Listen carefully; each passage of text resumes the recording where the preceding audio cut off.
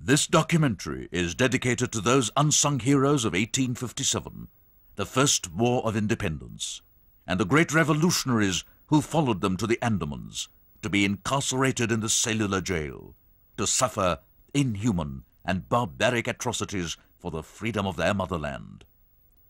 And those martyrs who made it possible for us to live with our heads high as free citizens of an independent country.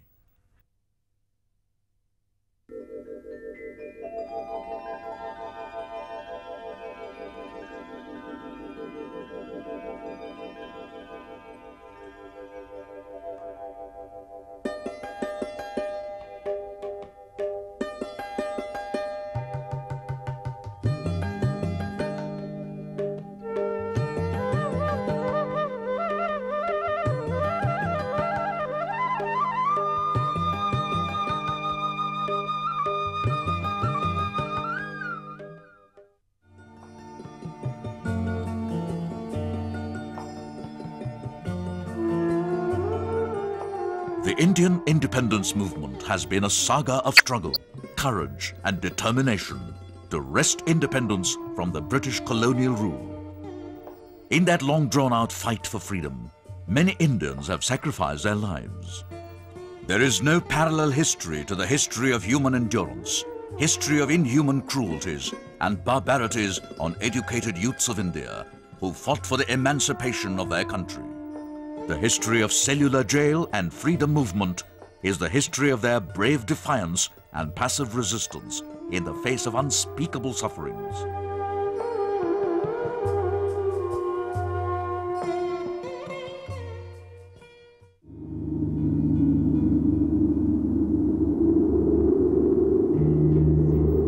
To most Indians of the present day, the memory of the penal settlement of the Andamans is associated with the cellular jail. For within its solitary cells were confined for years together the revolutionary patriots of India, who were engaged in a long, arduous and bitter struggle for freedom since the beginning of the present century. Shortly after the completion of the cellular jail in 1906, the Swadeshi movement in Bengal gradually developed into an all-India revolutionary movement against British rule. Many newspapers were started, which played a significant role in rousing the people's interest in revolutionary activities. A group of young men, led by Barindra Kumar Ghosh, younger brother of Sri Aurobindo, had formed a Jugantar party in 1906 and carried their rebellious activities in a garden house in Maniktola in Calcutta, where they were collecting arms and manufacturing bombs.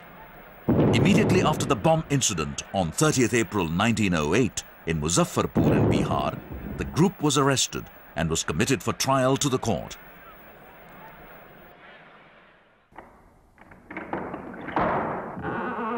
The gates of the cellular jail were opened, and the approval of the Government of India for the deportation of term convicts to the Andamans was reduced only to a procedural formality. Since then, the history of Andamans, for a period of more than 25 years, is practically the history of the revolutionary prisoners from different parts of India, sent there in successive batches with occasional intervals.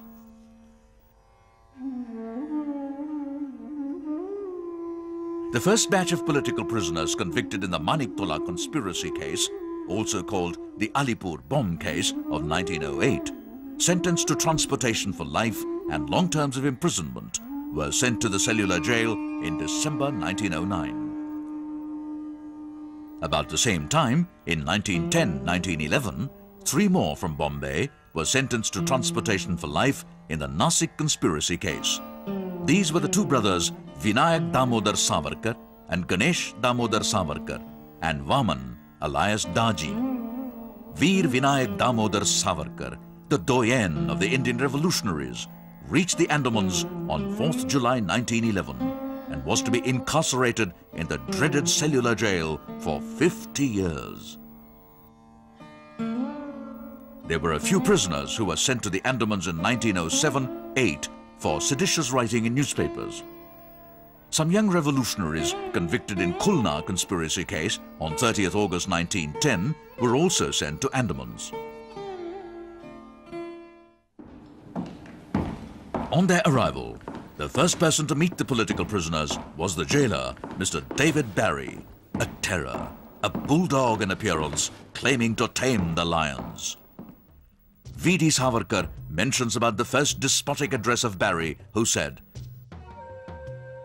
"Listen, ye prisoners. In the universe there is one God, and he lives in the heaven above. But in Port Blair there are two. One, the God in heaven, and another, the God of earth. Indeed, the God of earth in Port Blair, that is, myself. The God of heaven will reward you when you go above, but the God of Port Blair will reward you here and now." Incarcerated in the Andaman jail, the political prisoners were totally cut off from the outside world.